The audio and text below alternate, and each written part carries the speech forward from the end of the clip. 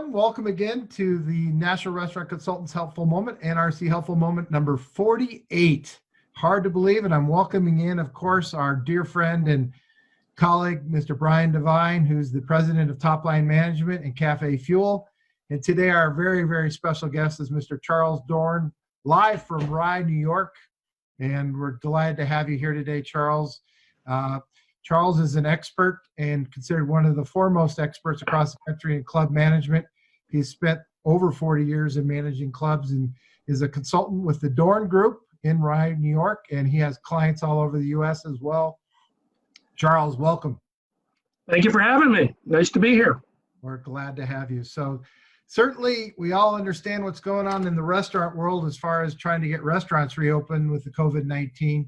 The challenges in club management, both in country clubs as well as city clubs or even yacht clubs, it's got to be enormous. And can you help share a little bit about what that part of the industry and the hospitality industry is facing right now? Absolutely. Well, again, thanks for having me. I appreciate it. So we're a little more complex in some cases than some of your clients and some of the other segments of the industry. Because if you look at the average club, if you talk about a country club, you're talking about sports, you're talking about food and beverage. In case of a yacht club, obviously you've got a marina component. In the case of city clubs, you potentially have hotel rooms, you have food and beverage. And so every one of the clubs is different. But the problem is that if you look in various states on reopening, reopening isn't geared towards the club industry. It's geared towards an industry. And so if you take a city club and you take New York, as you mentioned, the state in which I live, and unfortunately the epicenter, the governor of the state of New York took the state and broke it into 10 pieces, and you had to meet 7 criteria to even come out of, or to get into, I should say, the actual reopening phases. And then there's phases 1 through 4.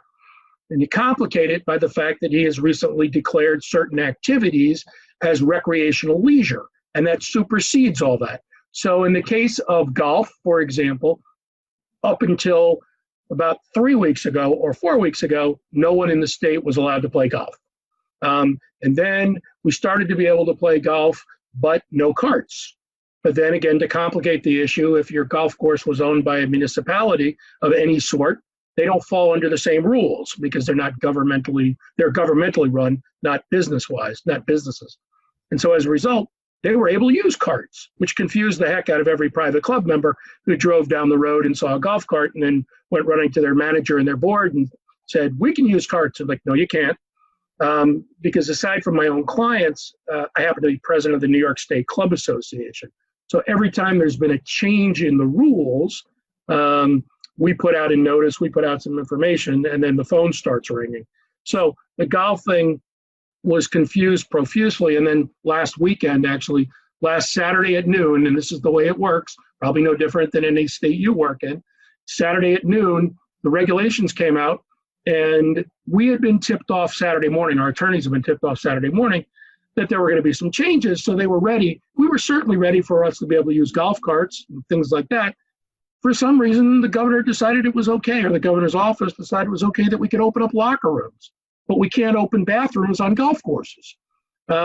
So all these clubs that had surreptitiously begun to open up their bathrooms, clubs that had started food and beverage to go, that then thought it might be okay to allow the golfers to come to the front of the clubhouse and pick up a sandwich and a beer and take it off on the golf course, we're now told that that was illegal. So the golf is one kind of example, and by no means is that the problem. So the clubs in the city, for example, the New York City clubs, know that they will be the last piece to get to phase 1. I don't think we probably realistically will get to phase 1. Here we are on late May. If we're lucky, we will get to phase 1 on June 1st. I don't think it'll be much before then. In a survey that I've been doing for the last 24 hours on behalf of the New York City club managers, most of the city clubs don't think they will open until September 1. They don't think the economics make sense. Frankly, why would you come back into New York City to go utilize your private club if you're not comfortable being on the train, you're not comfortable being on the subway, You frankly want to go enjoy the warm weather and the nice weather outside the city. So, and even then more complicated by the fact that so many of our clubs have a union issue. And how do you bring people back? How quickly do you bring them back? Most of the clubs agreed to pay, the union properties agreed to pay medical benefits for 4 months. That expires on or about August 1st. And so now there's obviously conversation from the union that the clubs should continue to pay benefits. Well, I have one client that pays $65,000 a month in medical benefits. Okay, I have another client that pays over 100. Okay, so the decision to arbitrarily open or to pay the medical benefits for an extra month, it's an expensive decision. So, you know, most clubs don't think that even on September 1st, the city clubs, that they might have 40 to 50% of their employees back. And the other thing is, and long overdue, we're taking the opportunity to get rid of some bad habits.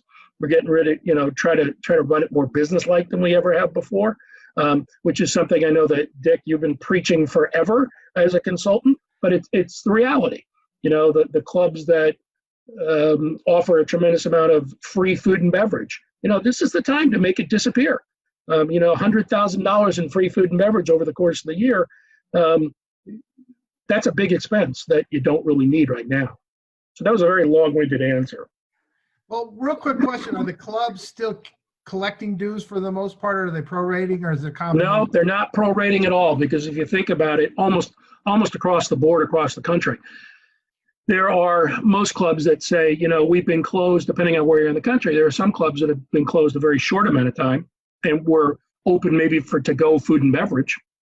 A lot of our New York clubs are open for food and beverage. So the reality is we've had lots of issues through the years that have caused members not to be able to use clubs, whether it's a hurricane, whether it's a flood, you know, Hurricane Sandy, something like that up here. You know, certainly the Florida clubs have been through this before. And when you join a club, you don't join it for a 2-week period or a 4-week period. You join it ideally for a lifetime. And so most boards have just simply said, we'll assess the nature of the entire financial ramification at the end. And, you know, what may happen, you know, if the club only lost, and I say only, if the club only lost over a 3 or 4 month period, an extra $100,000 or $150,000, they may just simply say, we'll take it out of whether it's a capital fund or some sort of operating assessment, maybe. But for the most part, we don't see that as a huge issue quite yet.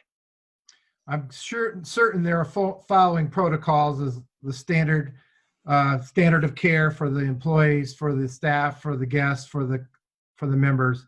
I'm guessing that's really no different in terms of sanitation. No, absolutely none. You know, we're dealing with the same thing restaurants are dealing with, and you know, perfect example. Everybody was getting ready to open these locker rooms this weekend, and somebody realized that the smart thing to do, you can open a locker room, you can open a shower, but most of the clubs have said, bring your own towel. Because obviously we've trained our employees through the years, hopefully somewhat well, that when you do the laundry, you shake it.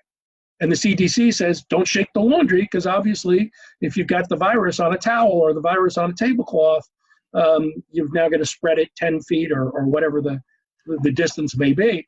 So we'll very gladly give you a nice plastic shoe bag, which you can take your wet towel home, but there won't be towels in most clubs' locker rooms, at least in the Northeast. It's a little different in some of the other parts of the country, as you would expect. Definitely fascinating to hear the differences of certainly the segments of our industry. Brian, do you have any questions or anything additional for Charles? No, that was great. And actually, if you don't mind, I want to piggyback on kind of a little bit of what Charles was talking about. And something like my mind is always geared towards marketing, and that's pretty much all I can think about. And so one of the things that came up for me while you were talking, Charles, was that just about everything you do is marketing. And so you didn't really talk about how you're reopening and the personal protective equipment, but one of the things that I keep kind of thinking about is we've got to make things more entertaining for people than ever before, because it's not what you want, right? It's not what you're used to. So if you can make your marketing more fun and you think about everything that you're doing is marketing, I also want you to consider face masks, because if you are going to be having your staff wearing face masks, please don't use the ones that you get at the hospital. And Good point. yeah, because that's marketing too, right? And so if you want people to see something that is a little bit happier, but you're still wearing a mask, then it shouldn't look like you're in a hospital. So get masks that have your logo on it, or a fun smile, or anything that can be less scary. And that's really what I want you thinking about, is that everything that you do, everything you say, it really does come down to how your brand is being perceived and how you're marketing. So I just want to throw that out there, is really think about that. Everybody's looking for an outlet, and especially clubs, to be able to start going back. They want that outlet. And if you're going to be wearing things like face masks and gloves, just make it look less scary, and think about what that process looks like. It's a great point. And you actually raised a thought that I had that I didn't mention, because we've been talking about reopening. But what to Dick's point about dues earlier, what most clubs have done during this time, there've been tremendous amount of effort to re-engage members and to engage them differently. And so not something you might necessarily see in a restaurant quite as much, but for example, lots of great food and beverage Zoom sessions. But I was on the phone with a city club manager this morning who actually worked to deal with a local wine store. And so they're actually going to deliver 4 bottles, and they purposely picked wines that are not easy to get. They're not expensive, but things that they could, a healthy volume. And chef is going to do a grilling session, and then they've got a master sommelier talking about these 4 wines. And the other night he had the former director of security for the Metropolitan Museum talking about, the guy had been a longtime manager, a longtime head of security. And he, in fact, had been able to talk about, without obviously naming the specifics, a number of, how shall we say, security issues that they had through the years. And they had 500 people, members, on the call to listen to this guy, because it wouldn't have been something they probably otherwise would have been able to do. The picture behind me is at Lauderdale Yacht Club in Fort Lauderdale. It's an artist rendering of a new bar that will open in August. Most of their members are actually within a golf cart's drive away from the club. They actually did pop-up events where the staff got on a golf cart and did a lobster pop-up, okay, and delivered lobsters. They delivered Easter to members. So again, we've been really trying as an industry to do some different types of engagement. And I think if there is any kind of a silver lining, especially from your perspective, Brian, I think we've tried to break out the marketing mindset a little bit, because some of the things we've done during this interim period are in fact going to end up in our repertoire moving forward. Because I think we've suddenly finally realized something that maybe the 3 of us have been talking about for years, that demographics change, the way we present, whether it's food and beverage or events, change. And so if you go back to the city club example, you have a lot of clubs where members work all day long and don't have the opportunity to come out to the club, because you have to get on the subway and go, and then have the lunch and then hear a speaker. But what would be so wrong with having that speaker on the Zoom call? And maybe you don't get quite as many people to come to the club, but you may have 30, 40, 50, 100 people who wouldn't otherwise get to take advantage of that. And we've now given them another service. And frankly, it doesn't cost us anything. We're doing exactly the same exact thing. We've got a camera set up, which we probably already own. And so now we've made 100 members happy that would not have otherwise had the opportunity to go to the event. So what a great opportunity to do stuff like this. Yeah, I love it, Charles. Thanks for that. And that's making it fun, right? I mean, things are weird and different and awkward, so find ways to make it fun. I love the idea of delivering the wine and then having a chef do a presentation. I mean, that's exactly what we're talking about. Step outside the box a little bit. Let's not kid ourselves. It doesn't matter what segment of the industry we're talking about. We don't know what normal's ever going to be. The new norm is going to be so different than what the old norm was. And again, like I said, it doesn't matter whether you're walking into a Hilton hotel, it doesn't matter whether you're walking into a private club, a restaurant. It's going to be a year before, at least in my mind, we see some semblance of, I hate to use the word normality again, but some semblance of an even keel, so to speak. And so let's seize the opportunity from now until then, because we know the numbers. We've all seen the numbers of restaurants that are going to go out of business.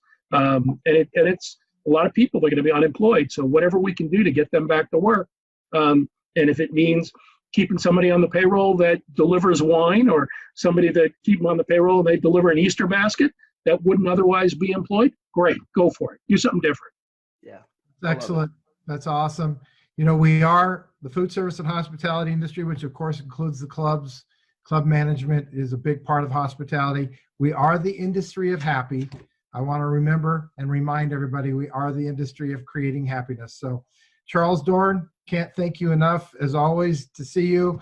My best to all of our friends in the New York and the Northeast part of the country. Thanks for being here. That's it for our NRC Helpful Moment. Charles, hang on after we sign off. And, well, that's it for now. So bye for now, everybody. Take care. Bye. Bye.